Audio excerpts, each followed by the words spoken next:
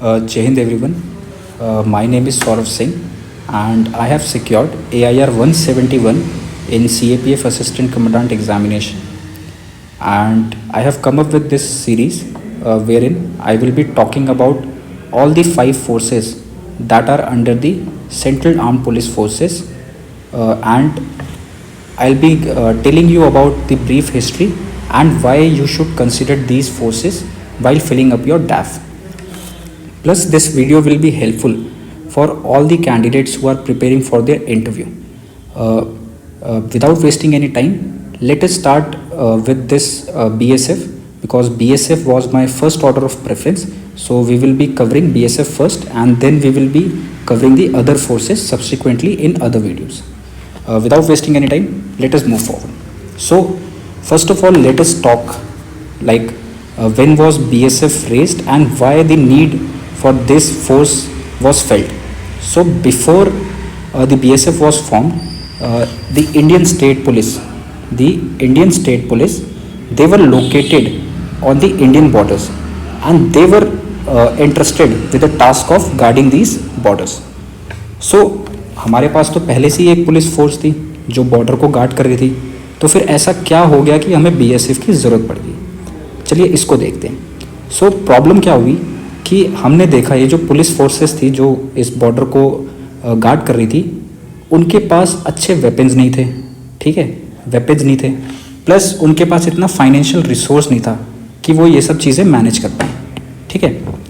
उसके बाद हमने एक और चीज़ देखी कि यार वो प्रॉपरली ट्रेन नहीं थे, ट्रेन तो थे बट वो एक प्रॉपर आर्मी के अगेंस्ट ट्रेन नहीं थे कि अगर कल को पाकिस्तान आर्मी अटैक करे तो वो कैसे रिप्लाई करे, उनको पता नहीं था, ठीक है। प्लस उनके अंदर एक डिसिप्लिन लैकिंग थी, ठीक है, सफिशिएंट डिसिप्लिन नहीं था उनके अंदर, ठीक है। Discipline as in I am talking about discipline in fighting the regular army, उसके अगेंस्ट उनको कोई एक्सपीरियंस नहीं था। प्लस उनके पास रिजर्व्स नहीं थे, और यहाँ पर प्रॉब्लम एक और थी कि फिजिकल फिटनेस और जो मेंटल अलर्टनेस चाहिए इन बॉर्डर्स पे, वो भी इनके पास नहीं था। लास्टली जो दिक्कत थी कि पुलिस फोर्सेस बहुत ज़्यादा हेट्रोजिनस थी, मीन्स ये आर्मी के साथ अच्छे से कोऑर्डिनेशन कर ही नहीं पाते थे, ठीक है। अगर कल को सपोज आर्मी को कोई एक्शन लेना था, ठीक है, और उनको हम अगर बॉर्डर्स पे बुला लेते थे तो इनके बीच एक प्रॉपर कोऑर्डिनेशन नहीं हो पाता था, तो ये भी एक प्रॉब्लम इन्होंने नोटिस किया। फिर आगे क्या हुआ, ठीक है, आगे क्या हुआ, in 1964 are prime minister, are former prime minister Pandit Nehru, ठीक है, उनका अचानक से देहांत हो गया। देहांत होने के बाद जितने भी आउटसाइडर्स थे जो कि इंडिया के दुश्मन थे, ठीक है, outsider means I am talking specifically about Pakistan, तो पाकिस्तान को लगा कि इंडिया जो है एक अनसर्टेन पॉलिटिकल फ्यूचर की तरफ जा रही है, तो उन्होंने क्या किया, एक ऑपरेशन प्लान किया, ऑपरेशन गिब्राल्टर। ऑपरेशन गिब्राल्टर कब हुआ, 1965, जो इंडिया पाकिस्तान वॉर बोलते हैं उसको पाकिस्तान ने ऑपरेशन गिब्राल्टर नाम दिया, ठीक है। तो इसकी स्टार्टिंग कैसे हुई, अब ज़रा हम ये भी देख लेते हैं। सो पाकिस्तान ने क्या किया, इन्होंने रन ऑफ कच्छ में बिल्कुल स्टार्टिंग में, जब 1965 बिल्कुल स्टार्ट हुआ जनवरी 1965, तो इन्होंने अपना क्या किया, एक operation Desert Hawk. Operation Desert Hawk क्या है, ऑपरेशन गिब्राल्टर से जस्ट पहले एक इनिशियल ऑपरेशन था जिसमें वो इंडियन आर्मी का रिस्पांस देखना चाह रहे थे कि जो स्टेट पुलिस फोर्सेस जो डिप्लॉय कर रखी है बॉर्डर्स पे, या इंडियन आर्मी जो देश के अंदर है, वो कैसा रिस्पांस देगी। तो ऑपरेशन डेजर्ट हॉक के अंदर इन्होंने रन ऑफ कच्छ में पाकिस्तानी आर्मी ने एक पूरी ब्रिगेड के साथ अटैक किया और उन्होंने वहाँ पर रिस्पॉन्सेज नोट किया। हमारा रिस्पॉन्सेज इतना स्टिफ नहीं था, ठीक है, क्यों, क्योंकि हमारी जो गुजरात की स्टेट पुलिस फोर्सेस थी उनको एक्सपीरियंस ही नहीं था बेचारों को, so they were not able to put up a good fight. And फिर हमें क्या करना पड़ा, हमें वहाँ पर अपनी CRPF की कंपनीज डिप्लॉय करनी पड़ी, ठीक है, और प्लस हमने आर्मी भी भेजी, ठीक है। और फिर हमने देखा कि जैसे हमने CRPF की कुछ कंपनीज भेजी तो 9 अप्रैल को 1965 एक पूरा ब्रिगेड स्ट्रेंथ के साथ पाकिस्तान ने अटैक कर दिया। और CRPF एक इकलौती ऐसी CAPF है जो उस टाइम पे उस एरिया में प्रेजेंट थी, और इन्होंने एक हैंडफुल बंदों ने मिलके एक पूरी ब्रिगेड स्ट्रेंथ की पाकिस्तानी आर्मी को फेस किया और इन्होंने उनको मुंहतोड़ जवाब दिया। तो ये सारे जो इवेंट्स हुए, इन इवेंट के बाद जो BSF बनने का प्रोसेस है वो बहुत तेज़ हो गया, जितने भी हमारे डिफेंस स्टैब्लिशमेंट में थे लोग, उन्होंने डिसाइड किया कि हम BSF को रेस करेंगे। After some meeting the BSF was officially raised on 1 December 1965 and जो इसके पहले डायरेक्टर जनरल थे वो थे Shri KF Rustam ji. He was an IPS। ठीक है, तो उनको इसकी जिम्मेदारी दी कि आप एक फोर्स रेस करो और उस फोर्स को आगे आप बढ़ाते चलो। तो इनिशियली जो BSF जब हमने रेस की तो उसमें 25 बटालियंस थी।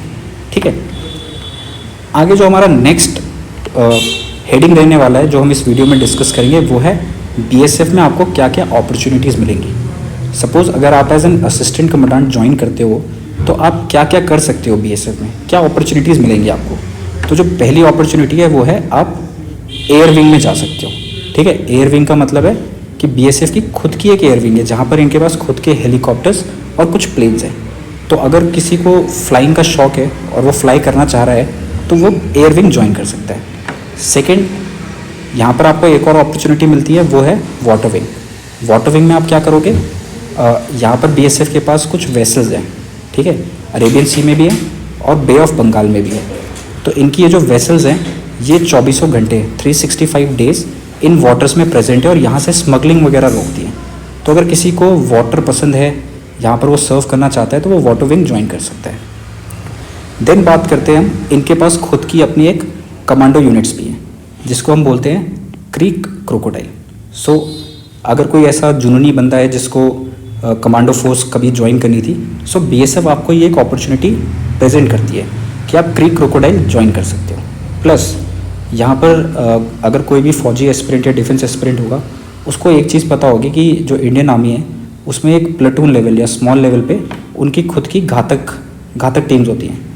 ठीक है, घातक कमांडोज होते हैं। तो वैसे BSF ने भी उसी पैमाने पे एक डेजर्ट स्कॉर्पियन करके एक प्लेटून लेवल की फोर्स रेस की। ठीक है, तो इनका काम भी क्या है, जो घातक फौज के लिए करती है वही काम डेजर्ट स्कॉर्पियन भी करते हैं। ठीक है, तो ये भी इनकी क्या है, एक स्पेशलाइज्ड यूनिट है ऑन पैरेलल्स विद घातक। Next is my favourite thing, that is artillery units. So BSF के पास खुद की आर्टिलरी रेजिमेंट है जो कि इन्होंने 1 अक्टूबर 1971 में रेस कर दी थी। ठीक है, और ये कब टाइम है, ये हम जब बांग्लादेश वॉर में एंटर होने वाले थे उससे जस्ट पहले का टाइम है। क्योंकि आप सबको पता है BSF ने बांग्लादेश वॉर में बढ़ चढ़ के पार्टिसिपेट किया और इंडियन आर्मी का वहाँ पूरा सपोर्ट किया, चाहे वो वेस्टर्न फ्रंट हो चाहे ईस्टर्न फ्रंट हो। अब यूनिक बात क्या है कि जो BSF है वो इकलौती CAPF है जिसके पास आर्टिलरी गन्स हैं। ठीक है, इकलौती CAPF है और कोई भी CAPF नहीं है जिसके पास आर्टिलरी गन्स होगी। तो अगर आप आर्टिलरी रेजिमेंट ज्वाइन करते हो तो आप एक पोस्ट आपको एक मिलती है जिसको हम बोलते हैं observational post officer. Observational post officer का काम क्या होता है, वो गन के पीछे रहता है और पूरा सुपरवाइज करता है कि गोले कहाँ पर कैसे गिराने हैं और जो भी करेक्शंस वगैरह होते हैं वो ये सारे ऑब्जर्वेशनल पोस्ट ऑफिसर बताता है। ठीक है, नेक्स्ट क्या है, आपको क्या अपॉर्चुनिटीज़ मिल सकती है, फॉरेन डिप्लॉयमेंट। जितने भी UN पीस कीपिंग मिशंस हैं आप उसका पार्ट हो सकते हो अगर आप BSF वगैरह ज्वाइन करते हो। ठीक है, बाकी CAPF में भी आपको अपॉर्चुनिटी मिल जाती है बट BSF का भी एक फॉरेन डिप्लॉयमेंट प्रोग्राम चलता है। Next is sports opportunity. BSF में रिसेंटली आप देख रहे हो काफ़ी सारे स्पोर्ट्स एथलीट्स जो हैं वो काफ़ी सारी मेडल्स वगैरह लेके आ रहे हैं। रिसेंटली एक फीमेल कांस्टेबल ने जिनका भी प्रमोशन हुआ है उनको भी BSF ने अपॉर्चुनिटी प्रोवाइड की और उन्होंने वहाँ पर मेडल जीता। तो जो भी स्पोर्ट्स वगैरह में ज़्यादा इंटरेस्टेड हैं वो भी BSF को ज्वाइन कर सकते हैं क्योंकि यहाँ पर उनके लिए बहुत अच्छी अपॉर्चुनिटी है। नेक्स्ट इज BSF एक इकलौती ऐसी CAPF है जिस पे खुद का एक डेडिकेटेड कैमल यूनिट है। ठीक है, कोई भी दुनिया में मींस जो सिक्योरिटी फोर्सेज है जो बॉर्डर गार्ड कर रही है वो भी डिफरेंट चीज़ें लेके मूव करती हैं। तो BSF ने अपना एक यूनिक चीज़ इन्वेंट किया जो कि है कैमल यूनिट्स। क्योंकि आपको पता है राजस्थान वगैरह के जो एरियाज़ हैं वहाँ पर मूव करना बहुत डिफ़िकल्ट है, गाड़ियों में, पैरों पे, फुट पे पेट्रोलिंग करना बहुत मुश्किल है। सो BSF ने कैमल्स को यूज़ किया। ठीक है, और कैमल्स कौन यूज़ करता था, बीकानेर किंगडम जो होता था वहाँ पर उनके जो राजा थे उन्होंने 1465 में कैमल यूनिट्स रेस की। And frankly speaking my father was also in the army. So जो उनकी रेजिमेंट थी वो भी एक कैमल पैक यूनिट थी। बाद में उसको इन्होंने मोटार से लैस किया and later on it was converted to artillery after independence. ठीक है. So camels have played a very crucial role in the Indian military history. Next is, अगर किसी को एडवेंचर वगैरह का शौक है तो बीएसएफ का खुद का एक इंस्टीट्यूट है जिसको हम बोलते हैं बीएट.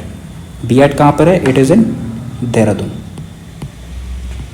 ठीक है, बिल्कुल मस्त वादियों के बीच लच्छीवाला में इन्होंने ये बीएट वगैरह बना रखा है. और यहाँ पर आकर आप जाके advance survival course, mountaineering course, river rafting के कोर्स कर सकते हो जो कि आपको आपकी सर्विस में काम आएंगे. और जिसको भी माउंटेन वगैरह चढ़ने का शौक है वो यहाँ पर जाकर ट्रेनिंग ले सकता है एंड माउंटेन्स वगैरह क्लाइंब कर सकता है.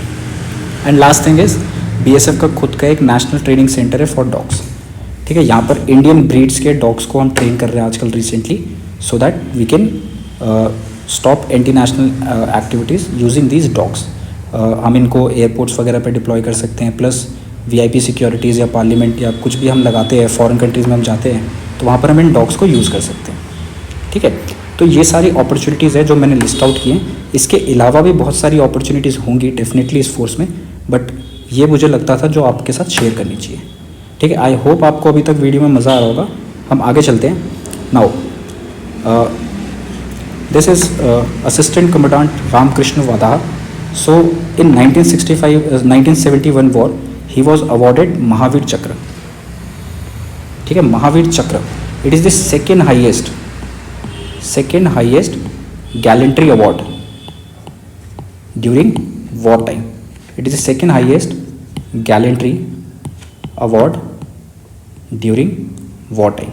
एंड आप बिलीव नहीं करोगे, ये इकलौती CAPF है जिसको ये महावीर चक्र मिल रखा है ड्यूरिंग वॉर टाइम. और कोई भी CAPF नहीं है जिसको अब तक महावीर चक्र मिला हो.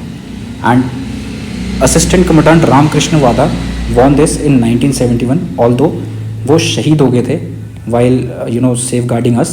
सो वो शहीद हो गए थे, बट उन्होंने अपना काम किया और उन्होंने ये महावीर चक्र BSF को दिलवाया, जो कि एक बहुत बड़ी बात है.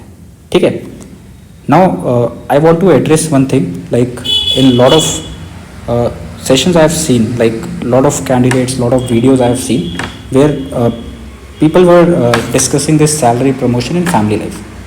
सो I wanted to address this particular thing separately. So definitely I believe that a lot of people think about this promotion and salary. Everyone should have this right, because आप कोई जॉब करते हो तो आपको पता होना चाहिए यार सैलरी प्रमोशन क्या है, फैमिली लाइफ क्या है. But when you are talking about these defence forces, यहाँ पर यार मेरे को आप एक चीज़ बताओ, कौन है जो सैलरी प्रमोशन और फैमिली लाइफ सोच के आ रहे हैं?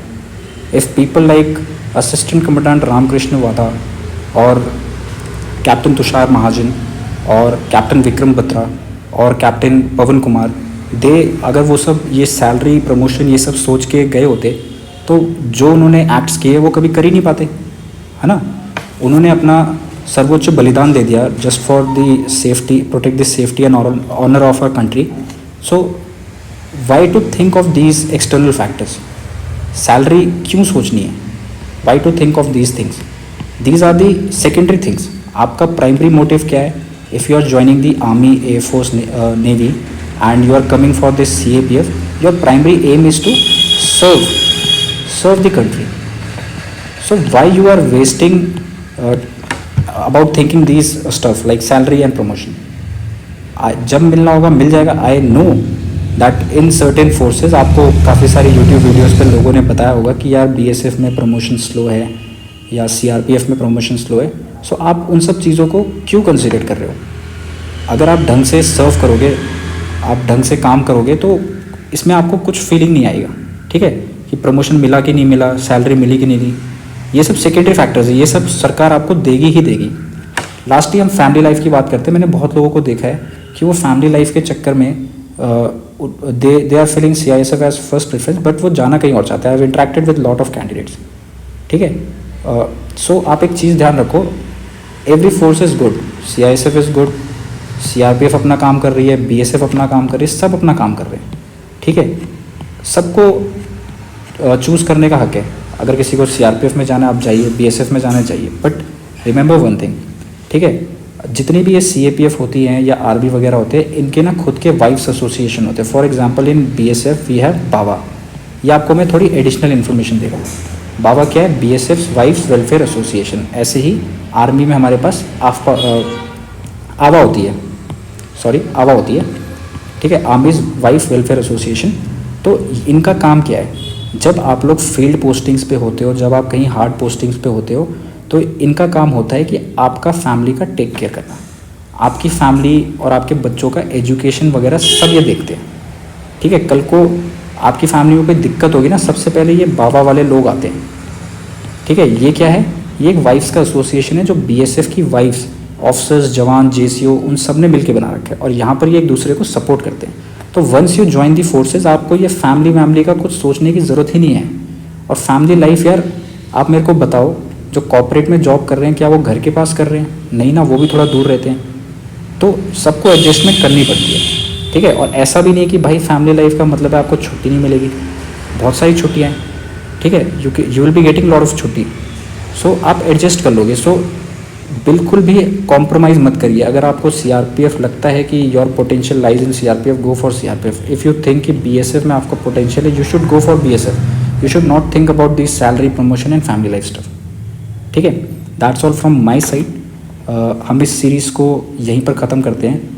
अगर आपको वीडियो अच्छी लगी हो तो आप कमेंट सेक्शन में आके आप बता सकते हैं अपने सजेशंस जो भी है, because this was my first video and based on your suggestion I will try to improve. And जो भी आपको लगता है आप कमेंट सेक्शन में बताइए। एंड ये भी बताइए कि आपको इस सीरीज़ को कंटिन्यू करवाना है कि नहीं करवाना है, so that if you want I can upload about the CRPF and other forces in my next videos. Thank you so much. Jai Hind.